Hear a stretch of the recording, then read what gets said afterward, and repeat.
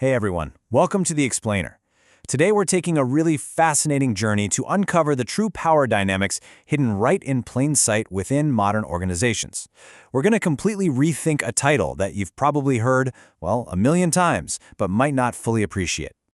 Let's think about this for a second. When you look at an institution, whether it's your local sports club, the city council, or even the absolute highest levels of national government, you typically see the president, the chairman, or maybe a minister standing at the podium, right? But I want to challenge your assumptions here. Who is actually pulling the operational levers behind the scenes? Who's the one managing the massive budgets, navigating all those complex legal codes, and, actually turning political promises into on-the-ground reality? Okay, let's dive into this. Here's our roadmap for today. We're going to systematically climb the organizational ladder. First, we'll redefine the power of secretaries.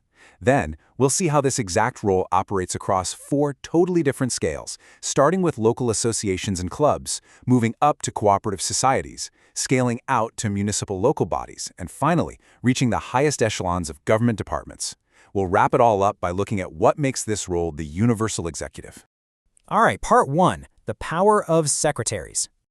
We need to shatter a super common misconception right out of the gate. When we talk about organizational governance, a secretary is not just a clerical assistant typing up memos or fetching coffee. Not even close.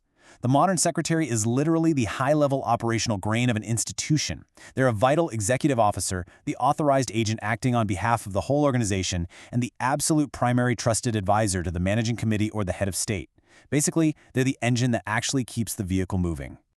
And just to ground our explainer today, it's really important to note that all the incredible insights and structural frameworks we're exploring are pulled directly from authoritative academic texts provided by IGNO, the People's University. So we've got a really rigorous, factual foundation for understanding all these complex administrative dynamics.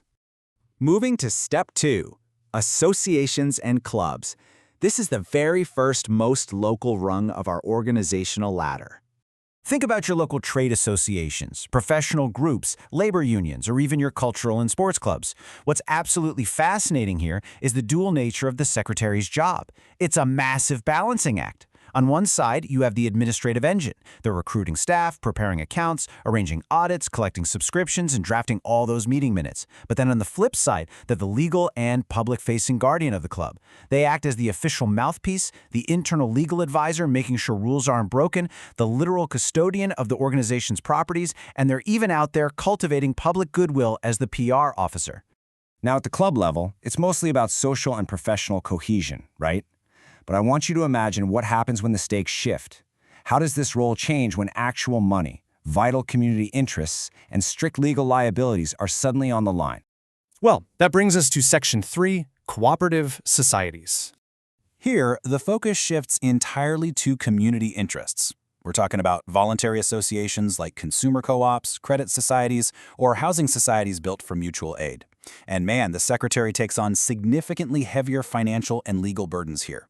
Because these societies are governed by strict Cooperative Societies Acts, compliance is absolutely key. The secretary, who could be an honorary volunteer or a full-time paid outsider, is responsible for submitting strict regulatory returns to the registrar. They're the ones physically operating the bank accounts, paying the working expenses, and they can even be tasked to conduct special internal investigations. They are truly the financial and legal anchor of the community's shared assets. So, what happens when those stakes compound even further? Let's see how things shift when we move from private voluntary societies into the incredibly complex realm of public city management and civic infrastructure. Section 4, local bodies.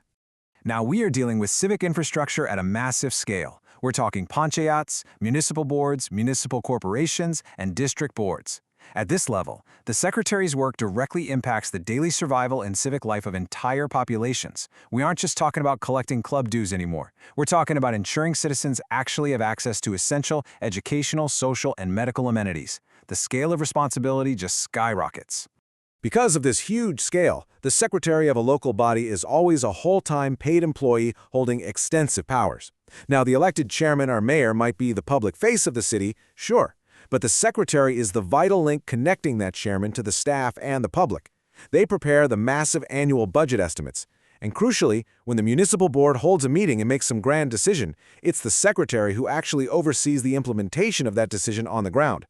They are the ones turning political talk into real civic action. If they're the engine of an entire city, you really have to ask yourself the ultimate scaling question. As we approach the absolute peak of the organizational mountain, how does this role function at the highest echelons of national power? That takes us to Section 5, Government Departments. This is the peak of power. In a national or state setup, the secretary is the top permanent civil servant attached to a government ministry. And unlike politicians who get elected, becoming a government secretary is a grueling, totally merit-based journey. Step 1. You have to qualify through incredibly rigorous exams held by the union or state public service commissions. Step 2 involves intensive specialized training. And finally, Step 3, they receive their posting by the cabinet secretary or chief secretary, and it's based entirely on seniority and vast experience. They are permanent executives. This setup brilliantly illustrates the immense balancing act they perform every single day. Look at the administrative side. They control the day-to-day operations of an entire national department. They actually execute the policies decided by the cabinet, and they supervise the massive data collection needed to make those policies in the first place. But then, on the advisory side, they are the political minister's most trusted brain. They keep the minister continuously informed, they advise on whether a new multi-billion-dollar national scheme is actually feasible, and get this, they even draft the factual answers the minister reads out during legislative assembly sessions. It's wild. Let's bring this all together in Section 6, the Universal Executive. The crucial point here is perfectly captured in a quote from our source material. The secretary is primarily an office executive, but he also acts as an agent and advisor. It honestly doesn't matter if you're organizing a weekend tournament for a sports club, managing the accounts for a housing co-op, drafting the budget for a municipal corporation, or running the daily operations of the Ministry of Finance. That core DNA, executive, agent, advisor, it remains exactly the same. Which leaves us with this final thought. The next time you attend a homeowners association meeting, watch a city council debate, or see a national government announce a massive new policy, look past the podium. Ask yourself, who is the person quietly managing the budget, understanding the complex legal frameworks, and translating those ambitious political ideas into actual reality? Who is the real power player running the engine? Thanks so much for joining me on this explainer, and keep asking those right questions.